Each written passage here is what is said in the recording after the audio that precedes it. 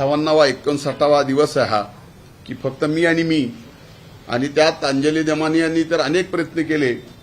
बीड जिल्ह्याला बदनाम करायचे प्रयत्न केले, बीड जिल्ह्याच्या जनतेला बदनाम करायचे प्रयत्न केले, बीड जिल्ह्यात येऊन बहुजन समाजाला बदनाम करायचे प्रयत्न केले. एवढंच नाही तर मला लक्षात येत नाही की त्यांच्या बुद्धीची कीव करावी का, एवढ्या हुशार आहेत त्या. मला आजही आदर आहे, पण जे आरोपी पकडायचे राहिलेत त्यांचा खून झाला म्हणणं म्हणजे हा खोटारडेपणा त्यांचा बाहेर नाही आला.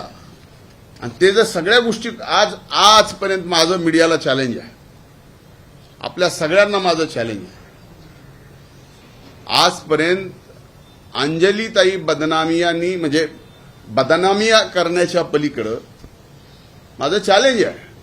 एक तरी त्यांनी केलेला आरोप या राज्यात या देशात कुठंतरी टिकलाय का आणि सत्य झालाय का. म्हणून माझी विनंती आहे की त्यांना परत राजकारणात यायचं असेल, कदाचित त्याच्यामुळे त्यांचा असतं ना की न्यूज व्हॅल्यू वाढवण्याचा एक विषय असतो. म्हणून माझं एक विनंती आहे की असे खोटे धादांड आरोप करू नका. मध्ये ऑफिस ऑफ प्रॉफिटचा विषय काढला. अरे तुम्ही काय म्हणजे ऑफिस ऑफ प्रॉफिट कसं काढू शकता.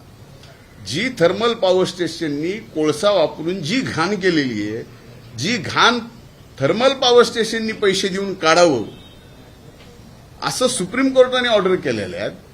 आणि याच्या बाबतीत आता तिथं काही शासकीय पद असं आहे माझ्या कंपनीमध्ये की ज्या कंपनीत मी माझ्या बायकोला बसवलंय, की मी बसवलंय, ही 2006ची कंपनी आहे. आज तिथं त्या राखेमुळं एक सिमेंट इंडस्ट्री आली आहे, रोजगार आला. आणि ज्या वेळेस राख हे बॅगमध्ये जात नव्हत्या, स्लरीमध्ये जायचे, त्यावेळेस राखेचे तळ असायचे. आता आमच्याकडे अशी 2-4 तळे आहेत. ही तळे साफ करायला नको, कारण ज्या वेळेस तुम्ही मे महिन्यात याल, एप्रिल महिन्यात याल, वादळात याल, त्यावेळेस आमचा अख्खं पर्याय आणि परिसर धुळीत दिसतो, त्या राखेत दिसतो. याच्यावर पण आरोप करावेत. हे आरोप कुणी करावेत? म्हणावं एनर्जी मिनिस्ट्रीने, ऊर्जा विभागानं म्हणावं की ही राख घेऊन जाणं बेकायदेशीर आहे.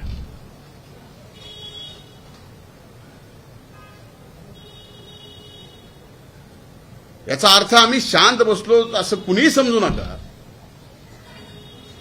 की आम्हाला बोलता येत नाही किंवा आमच्याकडे काहीच नाही.